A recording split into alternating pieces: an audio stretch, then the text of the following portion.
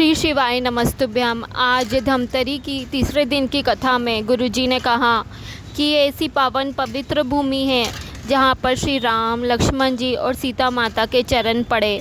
फिर गुरुजी ने कहा कि हम जितना जितना विश्वास करेंगे उतना उतना हम शिव के करीब जाते जाएंगे। और फिर गुरुजी ने कहा कि सबसे बड़ा दान प्रेम का दान होता है। अगर हम अन्न का दान करेंगे तो हमें अन्न मिलेगा, धन का दान करेंगे तो धन मिलता है, वस्त्र का दान करते हैं तो वस्त्र मिलता है, लेकिन अगर हम प्रेम का दान करें तो हमें भी प्रेम की ही प्राप्ति होगी। उसके बाद गुरुजी ने कहा कि अगर हमने 3 चीज़ें सुधार ली तो परमात्मा को मिलने में देर नहीं होगी। ये 3 चीज़ें कौन सी है? ये 3 चीज़ें हैं नियत, नीति और नज़र। अगर ये तीनों चीज़ें अच्छी है तो कोई कुछ हमारा बिगाड़ नहीं सकता और हमारी सारी मेहनत रंग लाती है। लेकिन इन तीनों में से अगर एक भी चीज़ अच्छी नहीं है तो सब कुछ बेकार हो जाता है और दुख हमारे जीवन में आ जाता है। इसलिए हमेशा नीयत और नीति और नज़र हमेशा अच्छी रखनी चाहिए। रामायण और महाभारत किस लिए हुए? रामायण और महाभारत का मुख्य कारण यह था कि स्त्री का सही तरीके से सम्मान नहीं हो पाया था, उसी की वजह से महाभारत हुई। आज भी अगर हम स्त्री का सम्मान नहीं करेंगे तो आज भी फिर वही महाभारत और रामायण होगी। गुरुजी ने कहा कि रावण जिसकी नीयत बिगड़ी थी और कौरवों की नीति बिगड़ी थी और सभासदों की नज़र बिगड़ी थी, इस कारण रामायण और महाभारत हुई। इसलिए हमेशा नियत, नीति और नज़र ही अच्छी रखने की कोशिश करें। आज जो छोटी छोटी बच्चियों के साथ गलत चीज़ें हो रही है वो किस कारण से हो रही है? क्योंकि लोग मोबाइल पे बेकार चीज़ें देखते हैं, गलत विचार मन में आते हैं जिससे, और उससे वे दूसरों की बेटियों का अपमान करते हैं। इस कारण गुरुजी ने कहा कि अपनी बेटी की रक्षा अपन को स्वयं को ही करनी होगी। बेटी को कहीं बाहर पढ़ने भेजो, कहीं भी उसको बहुत पढ़ाओ लिखाओ, लेकिन उससे तलवार चलाना, भाला चलाना, डंडा चलाना भी सिखाओ, जिससे उसकी सम्मान की रक्षा हो सके। इसके अलावा गुरुजी ने कहा कि अशोक सुंदरी जो कि बहुत सुंदर थी और शिवजी और माता पार्वती की जो पुत्री थी, एक बार एक असुर ने उसे देखा और उससे कहा कि मैं तुमसे विवाह करना चाहता हूँ। तो अशोक सुंदरी ने कहा कि मैं अपने माता पिता के बिना किसी अन्य व्यक्ति को देख भी नहीं सकती। इस पर असुर ने कहा तुम तो यहाँ घूम रही हो, टहल रही हो, बगीचे जंगल में घूम रही हो। इस पे अशोक सुंदरी ने जो जवाब दिया वो आज घर की हर बेटियों को देना चाहिए, ऐसा गुरुजी ने कहा। अशोक सुंदरी जी ने कहा कि आज बेटी कितना भी पढ़ लिख जाए लेकिन वह अपने माँ बाप की अनुमति के बिना शादी नहीं करेगी और अपने धर्म को छोड़ के दूसरे धर्म में कदापि नहीं जाएगी। ऐसा आज हमको निश्चय करना चाहिए, ऐसा गुरुजी ने कथा में कहा। उसके बाद गुरुजी ने कहा कि 3 चीज़ें खतरनाक होती है, इनसे बच के रहना चाहिए: शनि, मणि और दुश्मनी। शनि अगर हमारी कुंडली में है तो सब गड़बड़ हो जाती है। मनी अगर हमारे दिमाग में बैठ गई, हमारे दिमाग में अगर मनी बैठ गया तो वहाँ भी सब गड़बड़ हो जाती है। और दुश्मनी अगर हमने किसी से की है तो वह भी गड़बड़ ही करती है। इसलिए इन 3 चीज़ों से, शनि, मनी और दुश्मनी से जहाँ तक हो सके बच के रहना चाहिए। मनी को मतलब धन को हमारे दिमाग में नहीं लाना चाहिए, क्योंकि अगर वो हमारे दिमाग में एक बार आ जाता है तो इंसान का कहीं मन नहीं लगता, वह ना चैन से सो पाता है ना खा पाता है। इसलिए इन सब चीज़ों से बच के रहना चाहिए। जो भी समय मिलता है हमें वह कथा सत्संग में लगाना चाहिए। हमारी पूरी ज़िंदगी ऐसे ही निकल जाती है। बचपन होमवर्क करने में निकल जाता है, जवानी होम लोन चुकाने में निकल जाती है और बुढ़ापा अनुलोम विलोम करने में निकल जाता है। इसलिए जब जितना मिले उतना प्रसन्न रहने की कोशिश करना चाहिए। बचपन में हम कहते हैं होमवर्क करो, होमवर्क करो, होमवर्क करो। जवानी में घर मकान बनाना है, उसके लिए लोन ले लिया, गाड़ी ख़रीदना है, ये करना है, वो करना है। बुढ़ापा योगाभ्यास में निकल जाता है। इसलिए गुरुजी ने कहा कि सोना वापस आ सकता है, गाड़ी वापस आ सकती है, मकान वापस मिल सकता है, कपड़े भी हम फिर से खरीद सकते हैं, ज़मीन जायदाद सब कुछ बार बार मिल सकता है, लेकिन एक बार जो समय निकल गया वह वापस नहीं मिलता है। इसलिए हमें शिव जी को एक लोटा जल चढ़ाते रहना चाहिए। अब उसके बाद गुरुजी ने कहा, हम शिव जी को जल क्यों चढ़ाएं? क्योंकि सब भूत, भविष्य और वर्तमान ये तीनों काल शिव जी के हाथों में हैं। उनको महाकाल कहा गया है, वो तीनों कालों के अधिपति है। अगर हम उनको एक लोटा जल चढ़ाते हैं तो वह हमारे तीनों काल सवार देते हैं, भूत, भविष्य और वर्तमान। इसलिए उन्हें त्रिकालदर्शी भी कहा जाता है, क्योंकि वो तीनों कालों के दर्शी है, तीनों कालों की देखते हैं वो। और जो उनको एक लोटा जल चढ़ाता है उनके तीनों काल वो सवार देते हैं। अगर हम इस धरती की खुदाई करेंगे तो सबसे पहला, सबसे मजबूत स्तंभ हमें सनातन धर्म के ही अवशेष मिलेंगे, क्योंकि पुराने समय से सनातन धर्म ही है। यहाँ ही नहीं और बल्कि सभी जगह सनातन धर्म मिलेंगे। इसलिए गुरुजी ने कहा कि हमें अपने सनातन धर्म पे ही विश्वास रखना चाहिए। गुरुजी ने कहा कि तिरुपति बालाजी, जो 8 वैकुंठों में से एक वैकुंठ कहा जाता है, उस मंदिर में ट्रस्ट के अधिपति एक क्रिश्चियन को बना दिया। और उससे क्या हुआ? उससे प्रसाद में उसने मछली का तेल वगैरह ऐसी चीज़ें मिला दी, जिससे क्या हुआ? उस इंसान को तो कोई फ़र्क नहीं पड़ेगा, ज़्यादा से ज़्यादा वह उसकी कुर्सी से उतार दिया जाएगा। लेकिन जिन वैष्णवों की उन पे आस्था थी, जो भगवान के भक्त थे, उनके दिल को कितना नुकसान हुआ होगा, उनका दिल कितना टूटा होगा। उनका तो धर्म ही भ्रष्ट कर दिया उस इंसान ने। इसलिए गुरुजी ने कहा कि मंदिर बड़े बड़े हो तो चलेगा, लेकिन गौशाला, मंदिर के पास में एक गौशाला होनी चाहिए जो उससे भी 4 गुनी बड़ी होनी चाहिए, जिससे कि गौ माता का दूध और गौ माता का दूध मिले और उससे ही पवित्र पावन प्रसाद बने।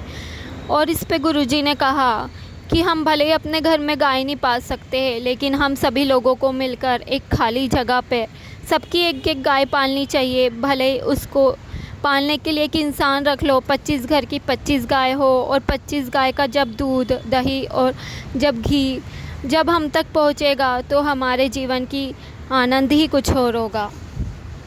इसके बाद गुरुजी ने पत्र पढ़े। पहला पत्र था श्री लक्ष्मी जी का, जो कि छत्तीसगढ़ की ही निवासी थी।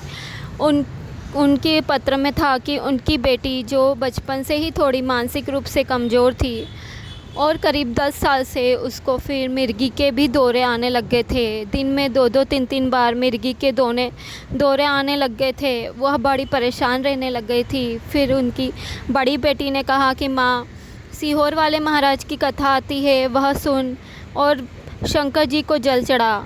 तो माँ ने ऐसा करना शुरू किया। उसके बाद माँ रुद्राक्ष महोत्सव में गई रुद्राक्ष लेने, लेकिन जब भीड़ के कारण उन्हें रुद्राक्ष नहीं मिला, वो खाली हाथी घर पे आ गई। उसके बाद वे मंदिर जाकर बेलपत्र चढ़ाकर अपनी छोटी बिटिया को खिलाने लगी। फिर बड़ी बेटी रुद्राक्ष लाई और वह रुद्राक्ष गला के रुद्राक्ष का जल अपनी छोटी बेटी को देना शुरू करा।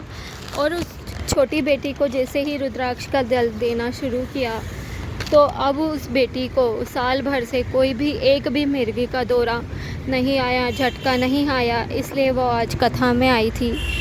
उसके बाद गुरुजी ने एक और पत्र पढ़ा श्री हरिओम साहू का, जिला कंकरी से। उसमें कहा था कि हरिओम साहू बिटिया ने अपनी कॉलेज की पढ़ाई पूरी करी और फिर वह सरकारी नौकरी की तलाश में लग गई। बहुत कोशिश करी लेकिन नौकरी नहीं मिल रही थी। वह हार मानने लग गई थी। फिर उसने अपनी दीदी के कहने पर भोलेनाथ को जल चढ़ाना शुरू करा। महाराज जी की कथा सुनी और उसके मन में विश्वास आया। उसने 2022 से 2024 तक शिव जी को 2 साल तक जल चढ़ाया और पंडाल में बैठकर कथा सुनी और भोलेनाथ से प्रार्थना करी। तो उनने 8 साल पहले जो एग्ज़ाम दी थी उसका रिज़ल्ट आया और उनका सरकारी नौकरी में सिलेक्शन हो गया। 26 जुलाई 2024 को सरकारी नौकरी ज्वाइन कर ली। उसके बाद गुरुजी ने कहा कि जैसे स्टेशन देखकर बस रुक जाती है, स्टेशन देखकर ट्रेन रुक जाती है, हेलीपैड देखकर हेलीकॉप्टर रुक जाता है, वैसे ही कथा का स्थल देखकर मेरा भोलेनाथ भी रुक जाता है, मेरा महाकाल बाबा भी रुक जाता है। इसके बाद गुरुजी ने एक और पत्र पढ़ा।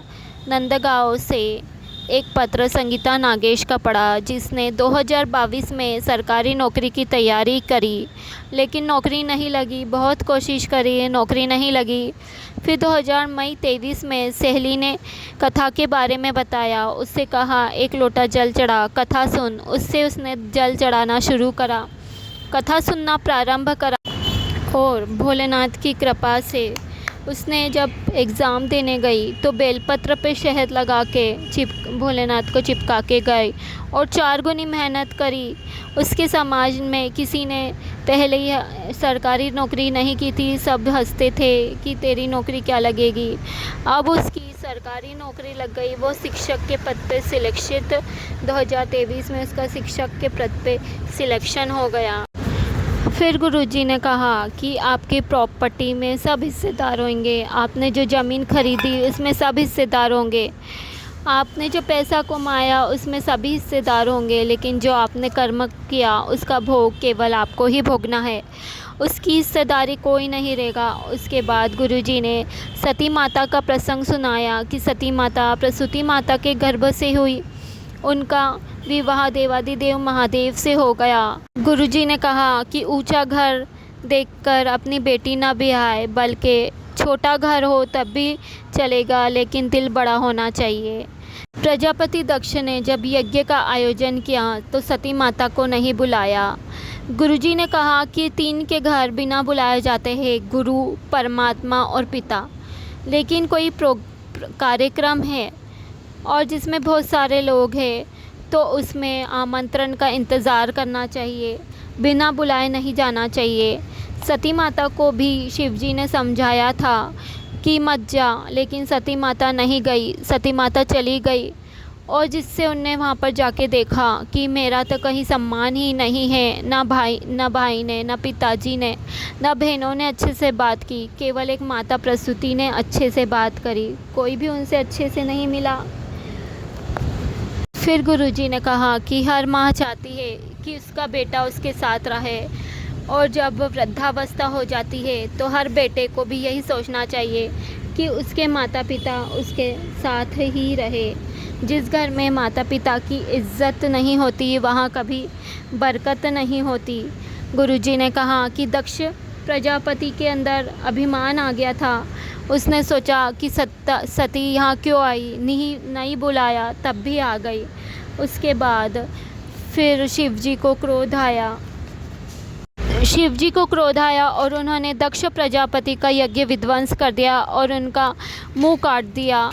तो सब दूर हाहाकार मच गया कि अब यज्ञ कैसे पूर्ण होगा। सबने शिवजी की स्तुति की कि आप पूर्ण परमात्मा हो, आप सब कुछ कर सकते हो। शिवजी ने बकरे का मुख लगाया दक्ष प्रजापति को और फिर यज्ञ पूर्ण हुआ। सती माता जो यज्ञ की अग्नि में जल के भस्म हुई थी, हिमालय राज के यहाँ पार्वती के रूप में जन्म लिया। उसके बाद जब वो पार्वती के रूप में जन्मी, विवाह करके जब शिवजी के घर गई, थोड़े दिनों बाद जब माता पार्वती ने अपने शरीर पे उपटन लगाया और उस उपटन से एक पुतला तैयार किया। अब जब नहाने गई तो उस पुतले को बाहर बिठा दिया कि कोई भी आए तो उसे अंदर मत आने देना। इतने में शिवजी आए तो उस पुतले ने शिवजी को रोका तो शिवजी ने क्रोध में उसका शीश काट दिया। फिर माता पार्वती ने क्रोध किया और बोला कि मेरे पुत्र का शीश लाके दो। तब शिवजी ने एक हथनी जो अपने पुत्र से विपरीत दिशा में पीट करके सोई थी, उसका शीश काटकर उस पुतले पे लगाया, जिससे गणेश जी का प्रादुर्भाव हुआ। उन्हें गणों का अध्यक्ष घोषित किया गया। तो ये थी गणेश जन्म की कथा। अगर आपको आज का मेरा यह वीडियो अच्छा लगा हो तो मेरे चैनल को सब्सक्राइब करके वीडियो को शेयर कीजिएगा, लाइक कीजिएगा। Thank you.